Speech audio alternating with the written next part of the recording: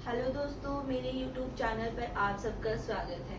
ये चैनल हमने history subject के लिए शुरू किया है, जिसमें हम क्लास 9 से लेके क्लास 12 की जो हिस्ट्री है उसको कवर करने वाले हैं। तो सबसे पहले हम जो सबसे टॉप बोर्ड क्लास है 12th क्लास से जो हमारी जो सीरीज है उसकी शुरुआत करेंगे।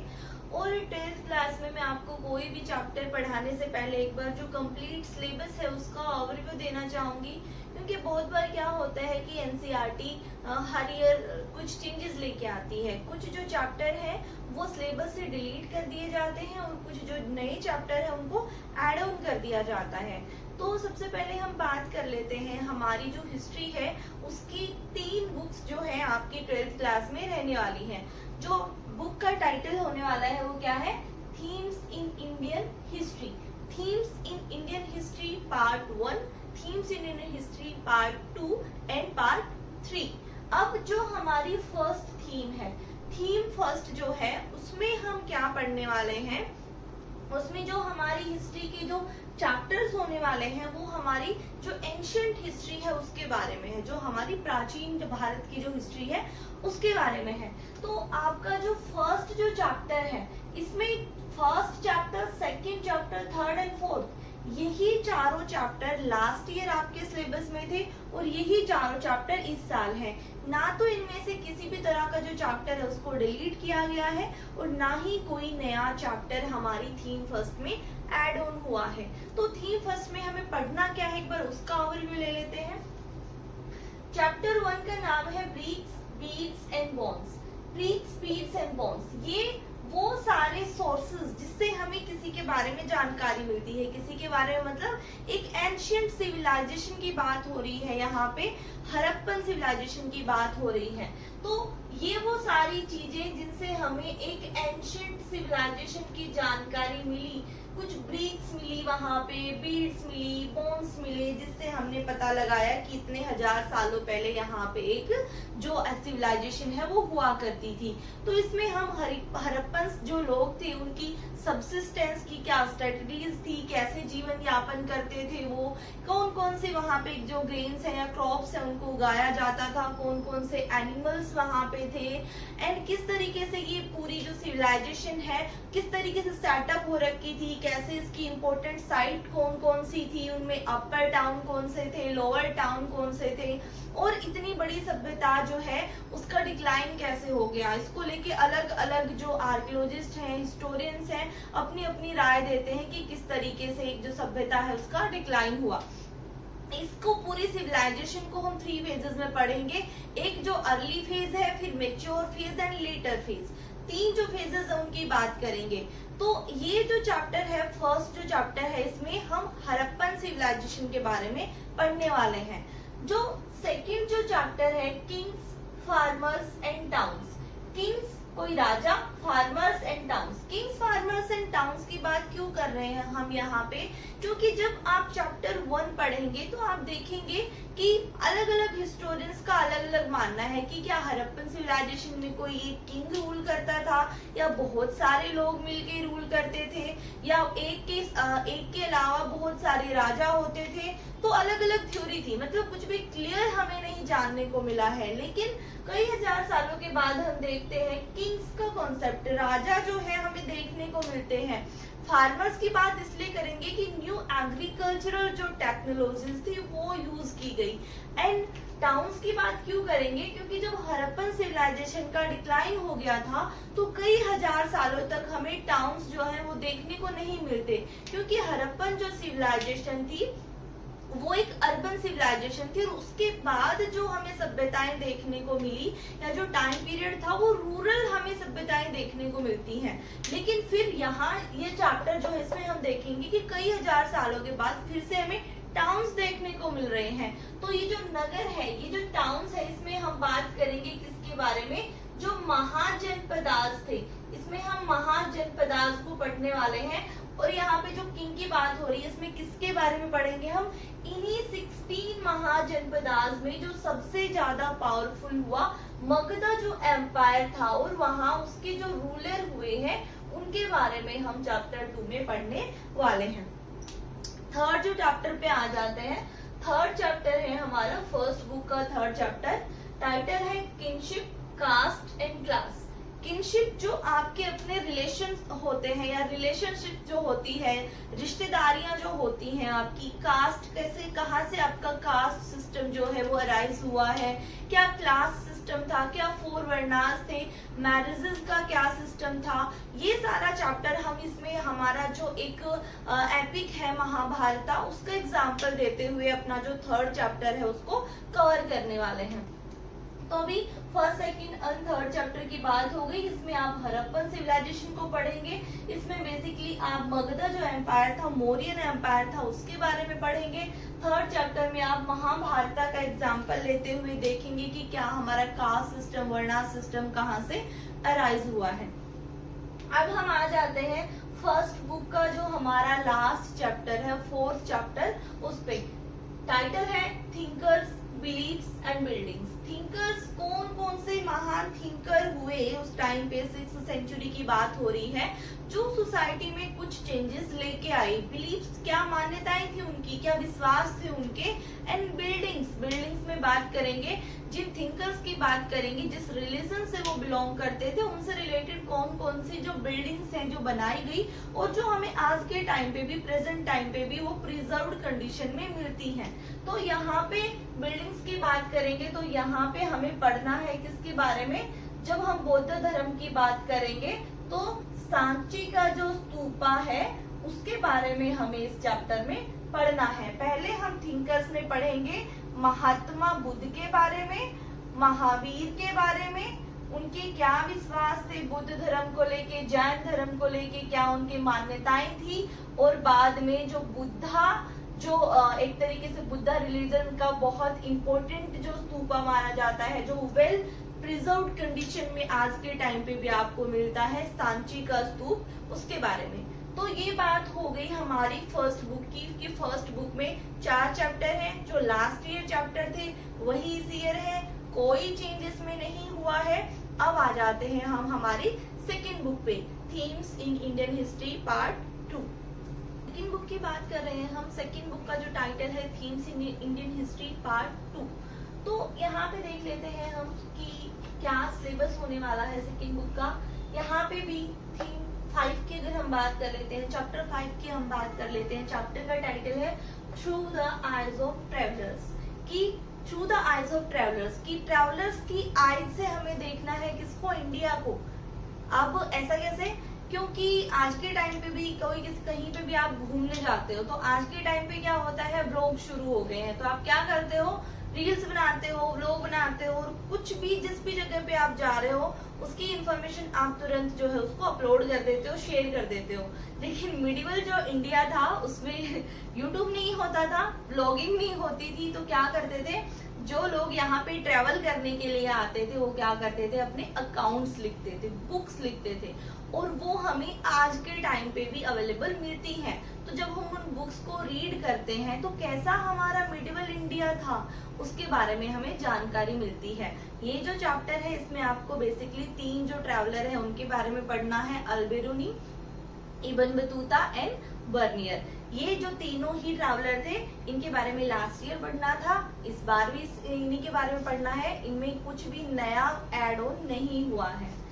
6th जो आपका चैप्टर है भक्ति सूफी ट्रेडिशंस।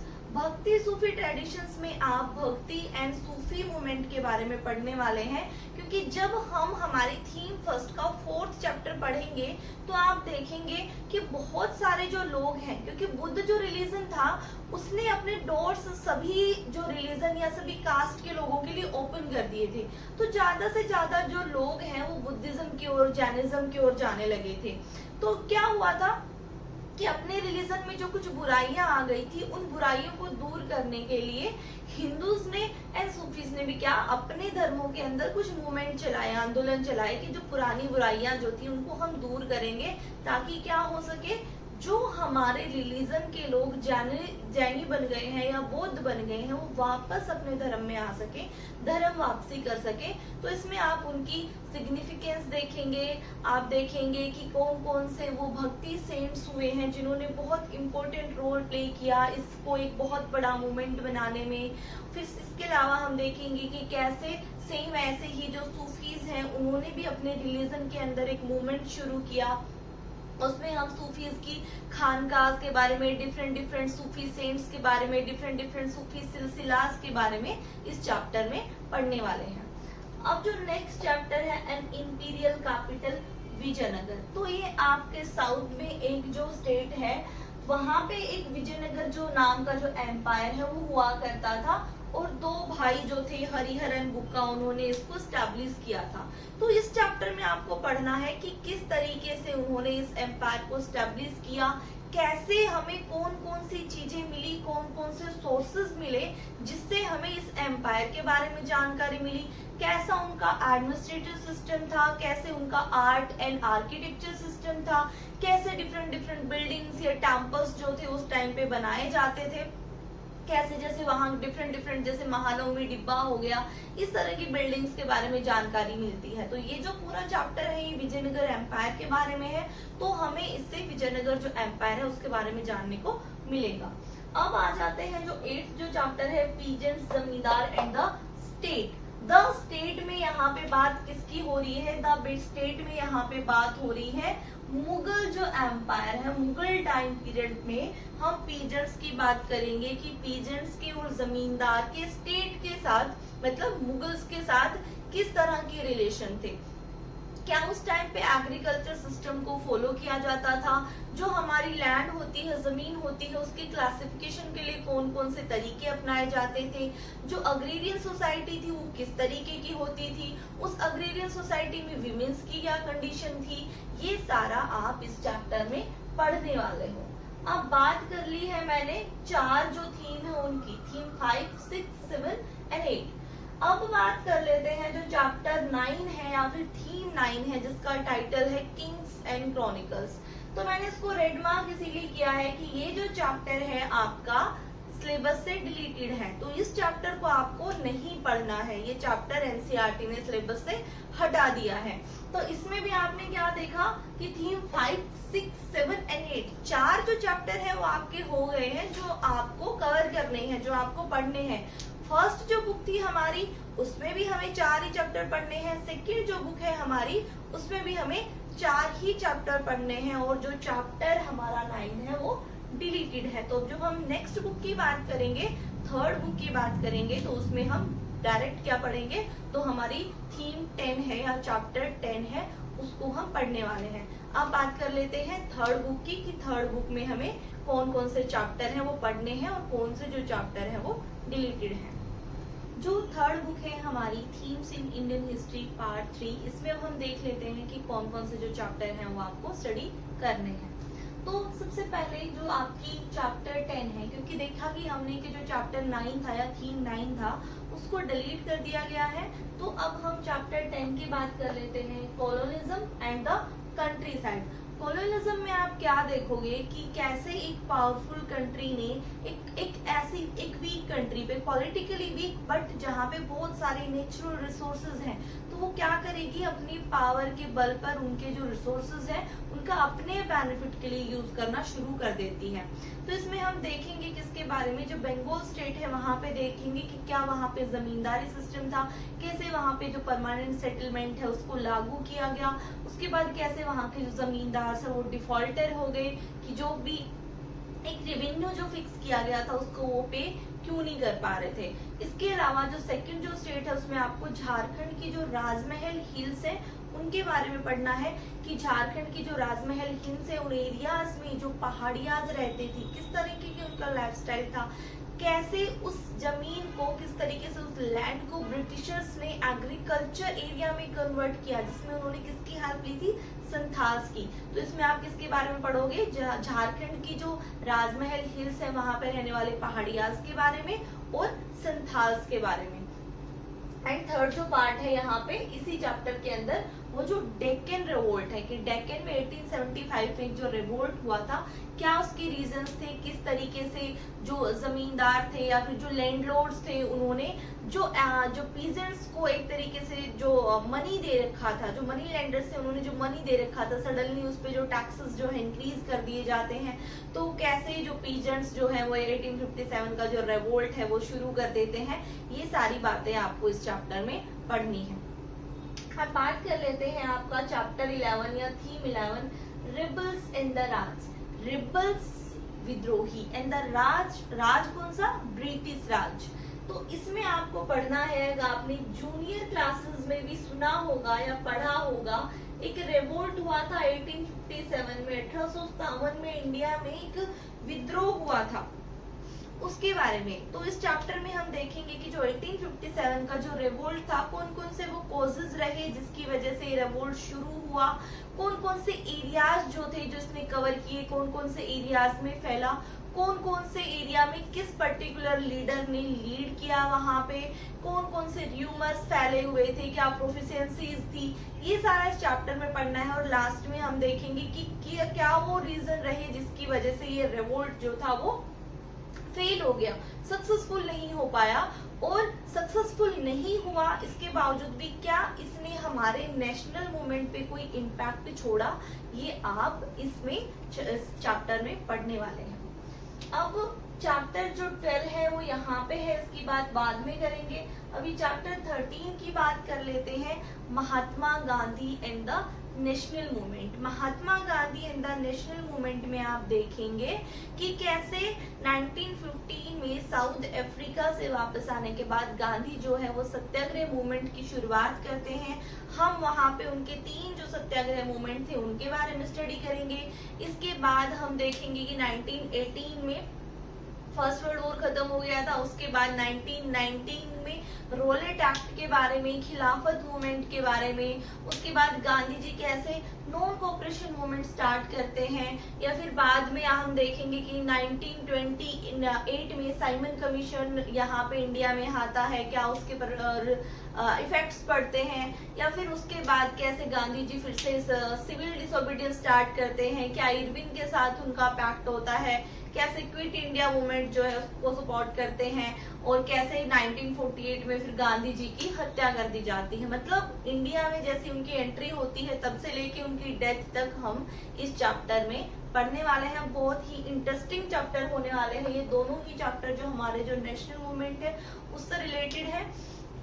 अब जो चैप्टर 15 है, चैप्टर 15 में हम देखेंगे, इस चैप्टर में हम कवर कर लेंगे कि कैसे 1947 में हमारा इंडिया जो है वो इंडिपेंडेंट हो जाता है, और उसके बाद हमारे देश में क्या है, कॉन्स्टिट्यूशन 1946 में ही कॉन्स्टिट्यूट असेंबली कॉन्स्टिट्यूशन जो है उसको बनाने का जो काम है वो शुरू हो जाता है, एंड वो कंप्लीट होता है 1949 में। तो ये फ्रेम किया गया था, इसको तैयार किया गया था, कौन कौन से वो मेंबर थे जो कॉन्स्टिट्यूट असेंबली में शामिल रहे, कौन इसका प्रेसिडेंट रहा, कौन कौन सी प्रॉब्लम्स को इंडिया में जो कॉन्स्टिट्यूशन बनाया जा रहा था, जैसे लैंग्वेज की प्रॉब्लम थी, या फिर SC STs को जो रिजर्वेशन देना है उसकी प्रॉब्लम थी, किस तरीके से उनको सोल्व किया गया। तो ये जो आपको चैप्टर है आपका इसमें पढ़ना है। अब बात कर लेते हैं, देखो यहाँ से चैप्टर जो 12 है एंड चैप्टर 14 जो है वो यहाँ पे है। चैप्टर 14 एंड चैप्टर 12 बोथ जो चैप्टर्स हैं उनको डिलीट कर दिया गया है। इसका मतलब है ये जो दोनों सिलेबस में जो चैप्टर हैं इनको आपको स्टडी नहीं करना है। तो आपको स्टडी कौन कौन सा करना है, थीम 10, 11, 13 एंड 15, मतलब 4 ही चैप्टर हमारे यहाँ पे हुए हैं जिनको हमें स्टडी करना है। मतलब हमारी first book, second book and third book, तीनों बुक में 4 चैप्टर कवर करते हुए में टोटल जो है 12 जो चैप्टर्स है उनको हिस्ट्री में कवर करना है। आई थिंक हिस्ट्री का जो सिलेबस है उसका ओवरव्यू मैंने दे दिया है, मतलब आपको पता लग गया है कि कौन कौन से चैप्टर डिलीटेड हैं और कौन कौन से चैप्टर जो है आपको स्टडी करना है। अब चैप्टर का ओवरव्यू देने के बाद अब जो नेक्स्ट जो सीरीज शुरू होने वाली है वो हमारी जो हिस्ट्री का जो सिलेबस है हम शुरू करेंगे। चैप्टर 1 जो है हमारा 12th क्लास का, ब्रिक्स, बीड्स एंड बोन्स। तो इस सब्जेक्ट से रिलेटेड या हमारा जो हिस्ट्री का जो 12th क्लास का जो सिलेबस है उससे रिलेटेड बाकी इंफॉर्मेशन लेने के लिए या फिर हिस्ट्री को बेटर तरीके से अंडरस्टैंड करने के लिए कि जो हमारा जो चैनल है उसको सब्सक्राइब कर लेना। और अगर आपको वीडियो अच्छी लगी हो तो please like, share and subscribe. Thank you.